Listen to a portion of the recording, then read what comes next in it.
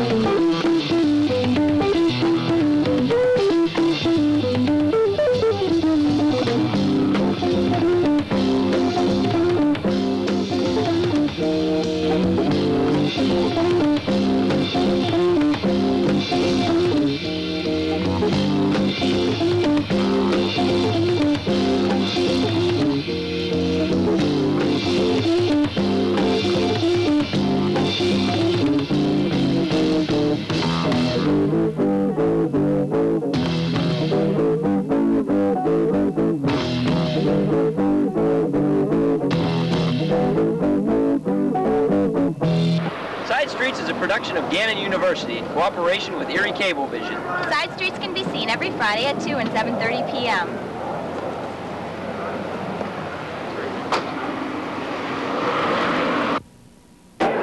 While we were driving to the studio, we ran into a tornado up here. Hey, look at you!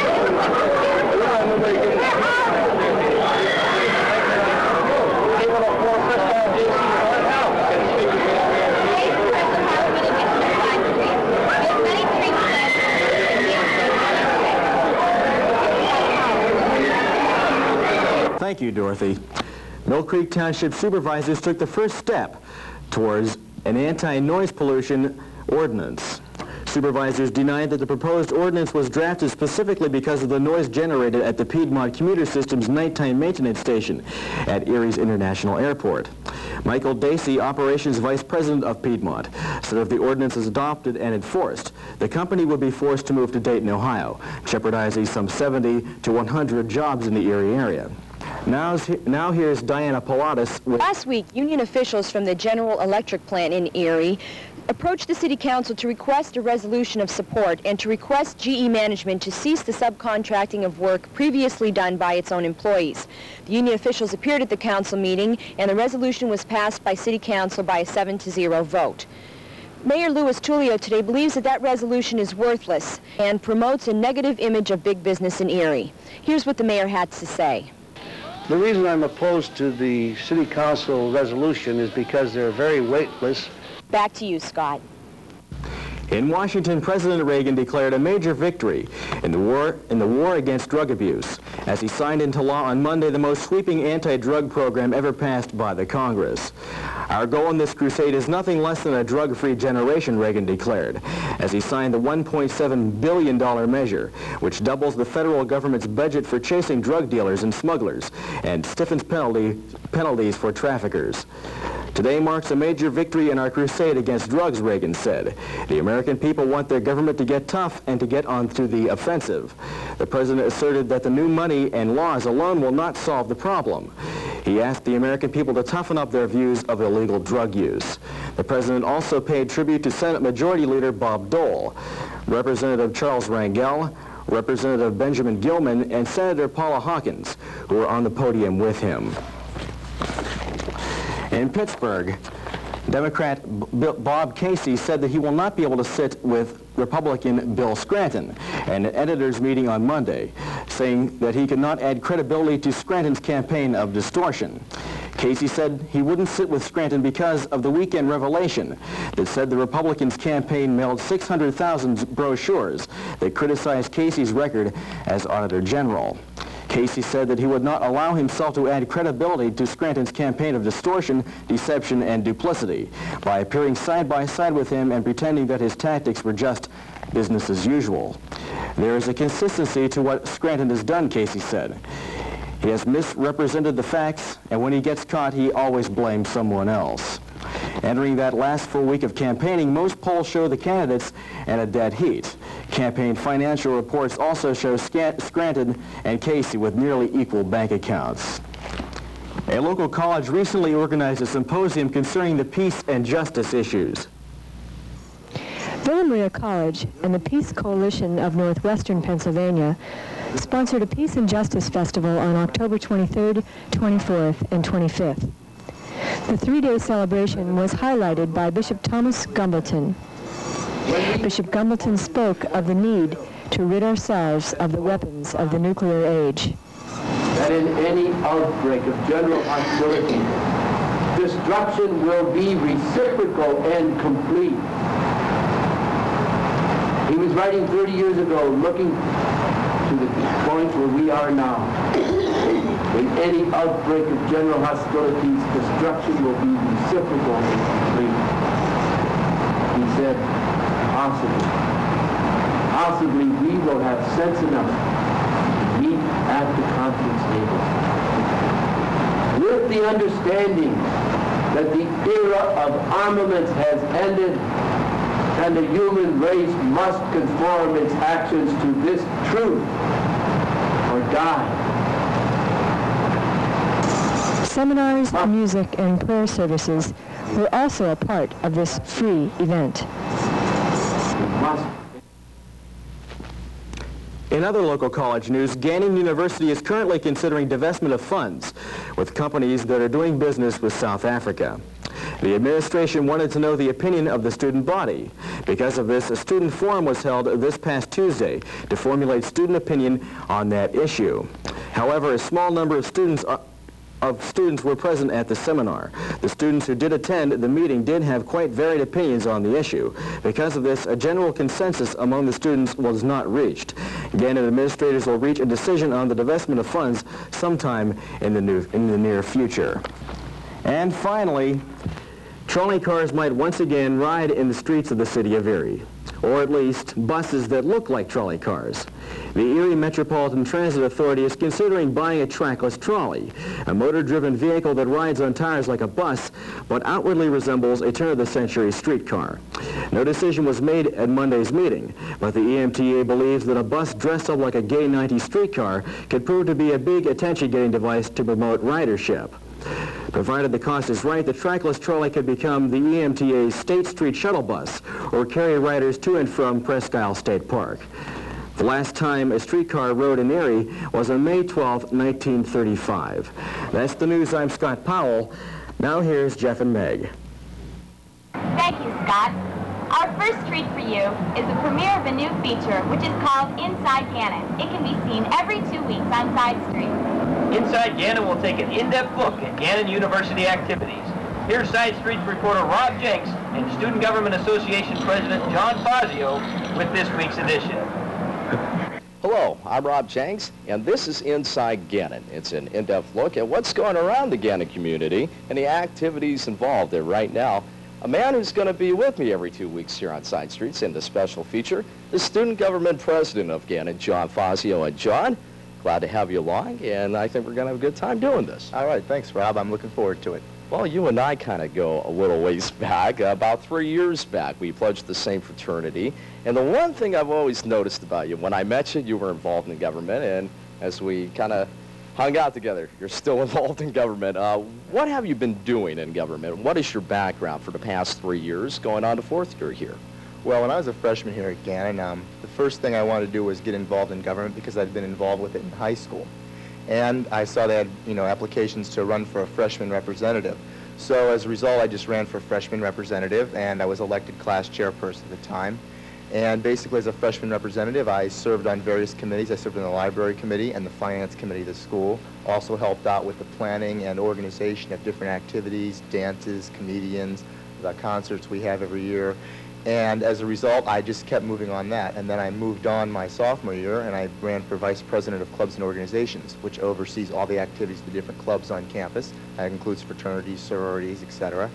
And I ran for that my junior year again and was reelected. And then from all that, I got a good background in how the school works with the clubs, the committees, etc. And then I went on and I ran for president, and I was fortunately elected. Oh well. What are some of the activities that the Student Government Association is involved in? Major activities, speakings at the university? Well, basically, we do most of the social events here, which includes we bring in different comedians. For example, just recently we had Mark Pitta, who was a Star Search semifinalist. We've had other comedians. We had 3 comedians from New York come in and did a whole comedy laugh-off night. We call those our nightclubs, which is kind of like a nightclub setting. We have the spotlight on them, dark room. Try to make it, something a little for the students to go to. We had that. We also sponsor movies weekly. We've been able to get more recent movies. For example, we had Back to the Future, and The Color Purple will be coming up in December. So it's a matter of, we try to provide something for everyone. We also have something along the cultural side. We've had, like I said, the Chestnut Brass come in. Also, we have speakers. We had recently this year Miss Betty Williams, a Nobel Peace Prize winner. She's the founder of the Community Peace People in Ireland. So she's worked basically with the Irish problems. And also we had, we'll be having Ike Pappas from CBS News coming in. He's a correspondent, and he'll be talking about his experiences with the Vietnam years. So we try to encompass everything, like with the peace, and also with the media, that students are involved in that. We try to cover a wide variety of areas. So basically it's something for everybody, in which all the activities could please one part of the population here at Gannon, student body-wise. Yeah, we do the best we can. You can't please everyone, but we'll do everything we can. That is true. Okay, well, tonight we have one activity in which I think the whole student body gets excited about. It is the homecoming dance. It is not called the 8-Ball this year, is it? Yes, it is still called the 8-Ball dance. That is correct, despite the change in location. It's been a tradition here for almost 40 years now, and we aren't going to change the name. Obviously, there is a change in the location. Where is it at this year? This year it's being held at the Hilton Hotel in the Presque Ballroom. Okay. Who's going to be playing? Tonight there will not be a band. There will be a disc jockey. The other brother is his name. He's a local DJ. And we opted for a local DJ as the problems we had with bands in the past years. We were paying a considerable amount more of money, and the bands weren't bad, but their breaks, we simply had a problem with the bands we've had in the past of taking very long breaks. And they still hold with their union contract, but it leaves sometimes almost an hour without anything to do. And a disc jockey can provide the music for them. Obviously, you can provide constant music. It's going to be going on for about from 9 till 1. Tickets already have been sold in advance, but any Gannon students down there tonight, and if you did buy tickets, hopefully you will be going. And basically, we're just about out of time, aren't we? That's right. Well, anything to say before we go out? No, not really. I'm just looking forward to having a good time at the dance, and I hope everyone there does have a good time. Well, John, thanks for being on here on Inside Gannon, and I hope to keep working with you all through the season. Thank you, Rob. Appreciate it. For Inside Gannon, I'm Rob Jenks. Back to Side Streets. Last week, Billy's Saloon held a mocktail party in celebration of Alcohol Awareness Week. Here's Side Streets reporter Anita Bailey with the story. Hi, I'm Stacey Hicks, and I'm here at Billy's Saloon, where they're having what is called a dry bar night, in which no alcohol beverages will be served from 8 until 12. I had a chance to talk to Bob Judah, who is beverage manager of Erie, about tonight's occasion. Bob was on hand to discuss the purpose of the dry bar college night. Billy's Saloon is proud to be a part of this, to host a grand finale, a non-alcohol party for area college students. Students from Gannon, Durham, and Edinburgh were able to enjoy an evening of dancing and their favorite music videos. In other words, an evening of trick-or-treating without drinking. Judah hopes tonight will encourage the students to become more responsible drinkers as well. Now, we would like to show the young people that they can come here and enjoy very good quality entertainment, have a nice time, have some special beverages. We have some sparkling non-wine grape drinks, and have a good time even with the absence of alcohol. He challenged other bars to have special nights in which local college students could enjoy themselves without drinking and driving. And he states that Billy's plans to have other events in the future, like the one tonight. And we would like to continue to work with the area colleges and do additional programming. We have some special programs of our own here, and Hilton hotels, of course, are very concerned about it. So perhaps by working jointly, we can continue to build on this and make it an even bigger and more important event in the future with greater impact. So we've enjoyed preparing for this, and we look forward to doing it next year. And we would hope that other bars would join us also in promoting this kind of responsible entertainment. And Judah's message to those who drink? I think the responsibility, using it wisely and appropriately, but knowing when to draw the limit. Reporting for Side Streets, I'm Stacy Hicks. Walk like an Egyptian. Walk like an Egyptian.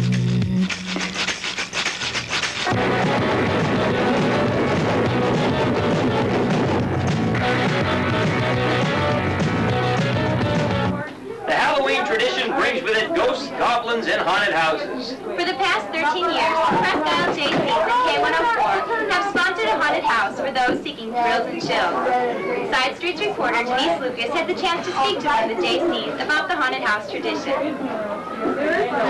Can you tell us about the history of the Presque Jaycees? Sure. The Presque Jaycees were founded in 1962. They broke off from the Erie Jaycees. When was your chapter founded? 1962. How many initial members did your group have? It started out with 10 members who originally broke off from Erie Jaycees. How many do you now have? Over 80. How did the Jaycees get involved in this haunted house? The haunted house is our biggest money-making project for the year. We make about $25,000 on this project alone, and it keeps us going for the rest of the year. So, over 13 years ago, they decided to come up with a project. The haunted house was mentioned because they have them all over the country, and we tried it and it worked out good. How many people come through in an average night? About 1,000 people come through. Describe a typical night at the haunted house from the time you arrive to the time you leave. Okay, we have a parking lot. The haunted house is broken down in different sections. They'll park in the parking lot on the other side of the barn up there, and they come down to the tent itself where we have a food concession set up. Then we have a new thing added this year, the woods. We take them through a rock path through the woods.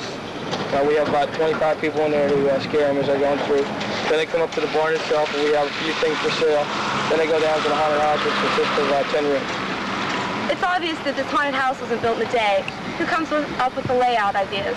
Yeah, we've been working on the haunted house 10 weeks before it actually opened. How it is since this is our 13th year, the basic layout of the haunted house stays the same. Each room is completely stripped out. Each room has a chairman. He can put whatever he wants in that room. What do you do with the money that you collect? So the money we make, as I said, like $25,000, will last us till next year's haunted house. With things like the Thanksgiving baskets we give to the underprivileged, the Christmas baskets we give to the underprivileged, crippled children's fishing outings, baseball games for crippled children. We serve a meal cook in the Erie area. So we take the people who don't have, and we get the money from here, and we distribute it throughout the year. What plans do you have for next year's haunted house? Well, next year we are hoping to get the Dover Mansion, or we might still be at this one. It's still up in the air right now. But we definitely will hold another haunted house next year, because like I said, without that, the chapter would have a hard time running and functioning properly. The Side Streets, I'm Denise Lucas. Jaycees, K104 haunted house. Right there, help. Jaycees will be able to support all these working projects we do all year long.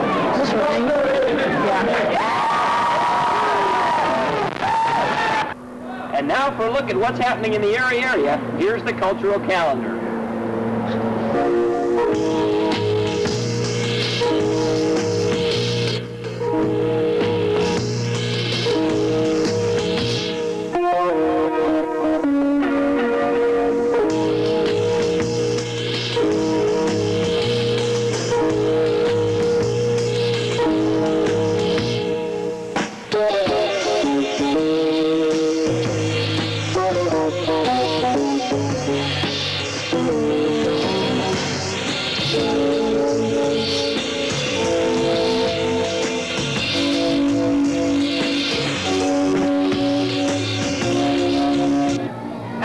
Traditionally a frightening time, but Side Street's own Tim Ho found a loving side to the holiday.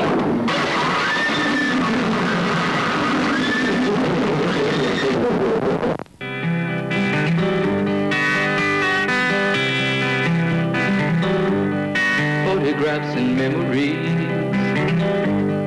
Christmas cards you sent to me, all that I have, all these to remember you.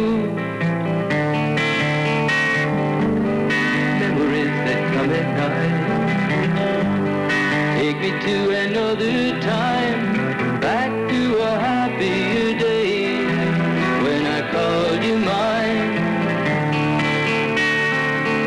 But we sure had a good time when we started way back when.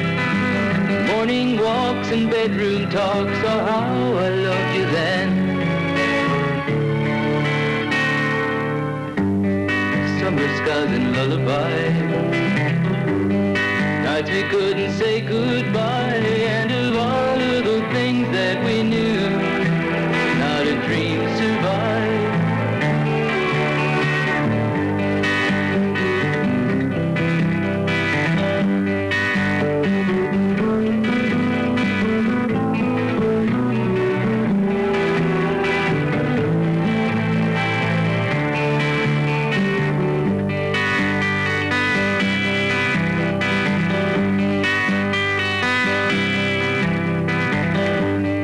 Photographs and memory, all the love you gave to me, somehow it just can't be true. It's all I've left of you. But we sure had a good time when we started way back when. Morning walks and bedroom talks, oh how I loved you then.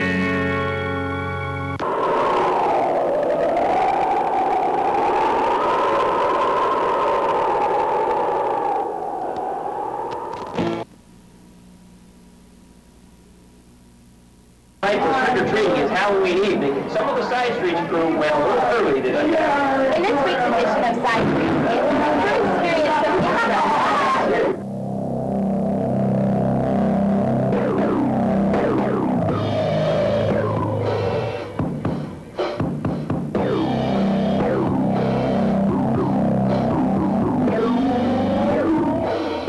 Once upon a time, there were 3 college students who dressed up for Halloween. One is Little Debbie, one is the Mona Lisa, and one is a refugee from ZZ Top. Due to the fact they thought Halloween was yesterday, they went on a very hazardous misadventure. But I'm going to show you all that. My name is Charlie.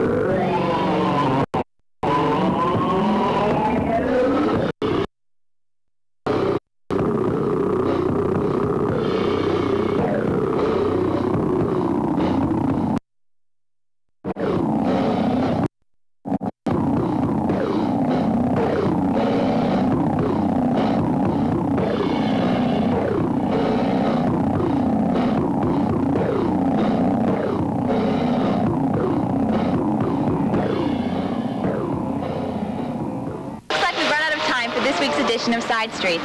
Before we go, we'd like to thank Presque, Jaycees, and K104 for their cooperation for today's program. And remember, whether you live on Washington or Wayne, or Walnut or West 7th, we'll see you next week on Side Streets if we can figure out how to get back.